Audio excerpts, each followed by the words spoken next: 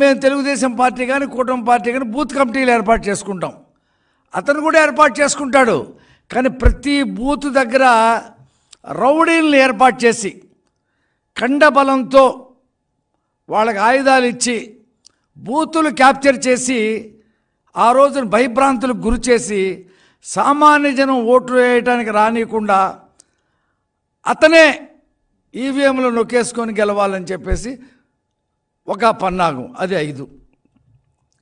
ఇక 6 ఎప్పుడు ఏ మీటింగ్ చెప్పినా సరే ఏడుస్తూ ఉంటాడు. నాకు ఈనాడు పేపర్ లేదు, నాకు ఆంధ్రజ్యోతి పేపర్ లేదు, నాకు TV5 లేదు, నాకు ABN లేదు, నాకు ఈటీవీ లేదని చెప్పి ఏడుస్తుంటాడు.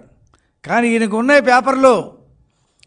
సాక్షి పత్రిక, సాక్షి టీవీ అవినీతి సొమ్ముతో పెట్టుకున్న సొంత మీడియా అది ఉంది, సొంత మీడియా. అది కాకుండా కూలి మీడియాలు ఉన్నాయి, TV9, NTV, ఇంకా చాలా మీడియాలు ఉన్నాయి. అవి పెట్టుకుని నాకు మీడియా లేదని చెప్పేసి మాట్లాడతాడు. అతని సొంత కూలి నీలి మీడియాలో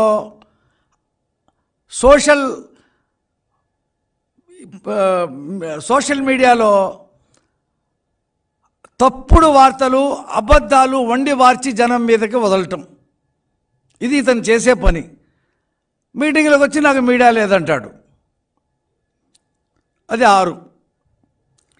7 ఇక ఎక్కడికి వెళ్ళినా సరే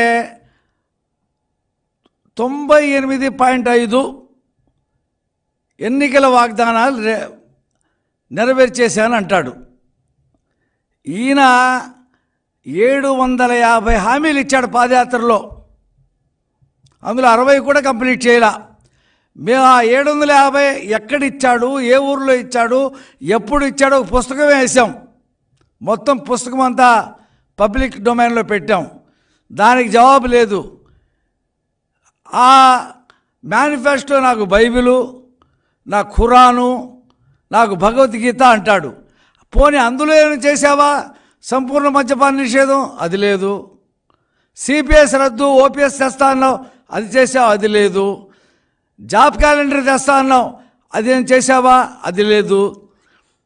పిఆర్సీ చంద్రబాబు నాయుడు గారి కంటే ఇంకా మెరుగైన పిఆర్సీ ఇస్తానని చెప్పాడు, అదేమైనా ఉందా? అది లేదు.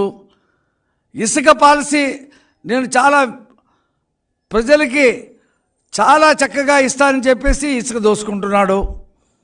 కాబట్టి అనేక హామీలు పాదయాత్రలో చెప్పింది వదిలేశాడు. 750 ఈ మేనిఫెస్టోలో పెట్టింది కూడా లేదు. డ్వాక్రా మహిళలను మోసం చేశాడు. 45 సంవత్సరాలకే పెన్షన్ ఇస్తా అన్నాడు, అది లేదు. ఇలాగా అటు రైతుల దగ్గర నుంచి, కార్మికుల దగ్గర నుంచి ధరల స్థిరీకరణ నిధి 3000 కోట్లు పెట్టి నేను ధరలు కంట్రోల్ చేస్తా అన్నాడు. ఇవన్నీ చేయకపోగా 98.5 నేను చేసేసానంటాడు. అది 7. 8 ప్రభుత్వ అధికారులని భయపెట్టో డబ్బుతోనో పోలీసుల్ని వాళ్ళు లోపరుచుకొని ఇప్పటికే ఎన్నికల కోడ్ ఉన్నప్పటికి కూడా వాలంటీర్లని దగ్గర నుంచి పైన ఆఫీసర్ల వరకు వాళ్ళందరికీ పార్టీ ప్రచారం చేయటం, రంగులేయటం, అబద్ధాలతో పాంప్లెట్లు ముద్రించటం, మీ ఇంటికి ఇంత చేర్చాం, మీ ఇంటికి ఇంత అమలు పరిచాం, మీకు ఇంత డబ్బు వచ్చింది, అంత డబ్బు వచ్చిందని అబద్ధాలు ప్రచారం చేయటం, అది 8.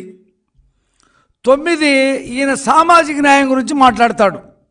ఈ పెద్ద మనిషి ప్రభుత్వంలో చూస్తేనే chief secretary Jawahar Reddy, DGP Rajendranath Reddy, ఇక వీళ్ళిద్దరు కాకుండా మొత్తం పోలీసు వ్యవస్థ అంతా కూడా రెడ్లతో నింపేశాడు. మన ప్రధానమంత్రి మీటింగ్లో చూసాం కదా, 4 రెడ్లు. ప్రధానమంత్రి మీటింగ్ని సాఫ్ట్వేర్ చేయాలని ఒక పథకం వేసి వాళ్ళతో పెట్టేసి 750 పోస్టులు ఈ రాష్ట్రంలో అధికారాలు ఉన్నాయి.